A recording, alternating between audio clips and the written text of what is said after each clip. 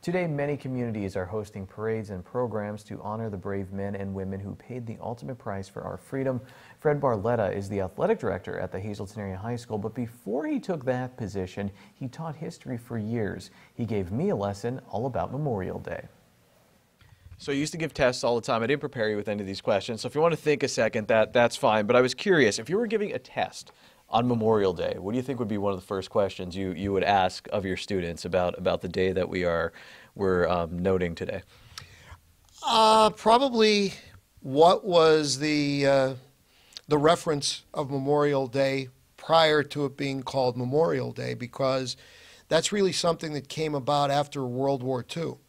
So for a period of about 75 years, it was known as Decoration Day, and meaning decorating the graves of deceased soldiers.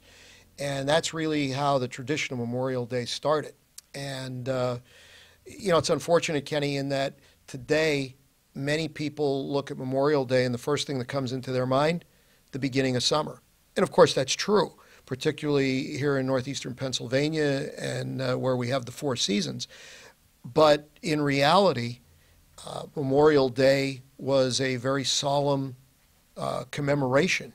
And unfortunately, there are a lot of people that don't look at it that way anymore. And that's why, you know, you talk with the Decoration Day and then the memorial, well, that it's in the words themselves what the day was meant to be. Is there a way to teach the human cost of war along with this event led to event A, led to event B in a certain conflict?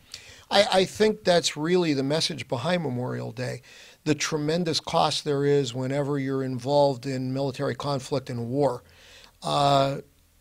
It's very important. I grew up during the Vietnam period, which was very controversial.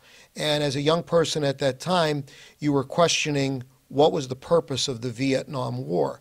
And I think that still resonates to this very day. Was it something we should have been involved in? And you see the tremendous casualty count.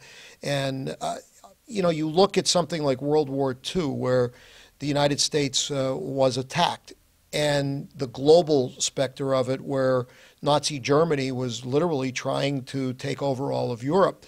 So there are certain times where war becomes the absolute last resort, when negotiations and common sense, and suddenly your hand is forced. But there are times throughout all of history where wars have taken place where it's very clear you really didn't need to go to that end of it, and you still have the tremendous loss of life. So Memorial Day is really set aside to memorialize and remember the people that made that ultimate sacrifice. And one casualty is one too many. Life is a precious thing. And when you see what the casualty count could be in a war, it's staggering. It really is. So the whole purpose of Memorial Day is to focus on that and understand.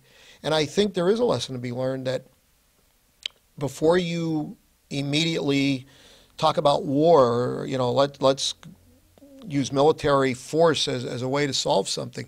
You want to do all the other checkpoints to try to solve problems before it gets to that.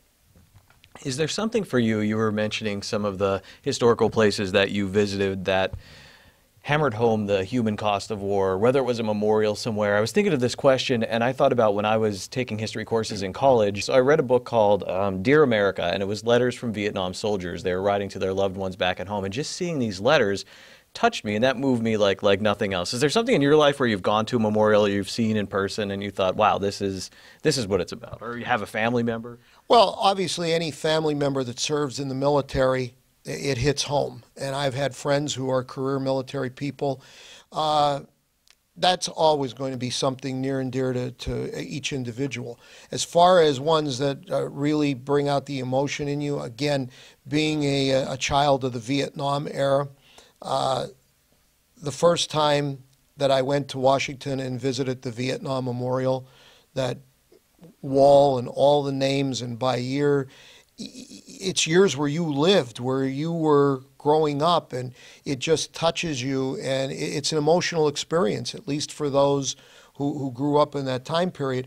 And any time that I've gone back there, you get that same reaction. You were talking about visiting the memorial, also at Pearl Harbor, and seeing the USS Arizona. And there was a local tie there that really touched you. Yeah, that's what I mean. You go there, and that is just very emotional, where you can actually see the Arizona submerged in the water, where they left it there.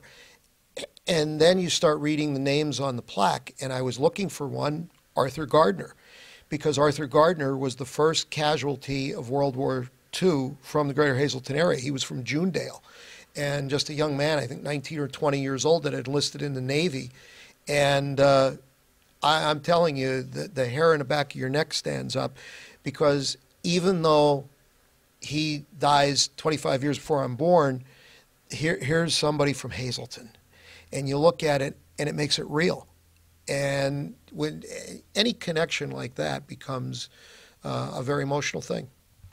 I remember doing a story for the sports show that we do out of left field, and I think they were doing a baseball tournament in memory of Master Sergeant Paul Karpovich from the Freeland area, and I talked with someone he served with, and the same thing, and it's something about someone local, and it was the first time I think I stopped an interview, and I almost couldn't continue. I mean, I was really struck by that. It was very emotional. I think about Major League Baseball, what they do Memorial Day weekend. I think I saw recently some wearing the camouflage hats and that, and it seems baseball in particular, but those are powerful moments, I think. We're always struck by that, and I don't care what sport it is. And you're right, because baseball is played during Memorial Day and the national moment of remembrance at 3 o'clock, it's really something where you're in the middle of a ball game, and it could be the 4th inning, it could be the 8th inning, and when that moment comes, they stop, and all of the players, and when you have that large crowd, 40,000 people, it's powerful. It really is.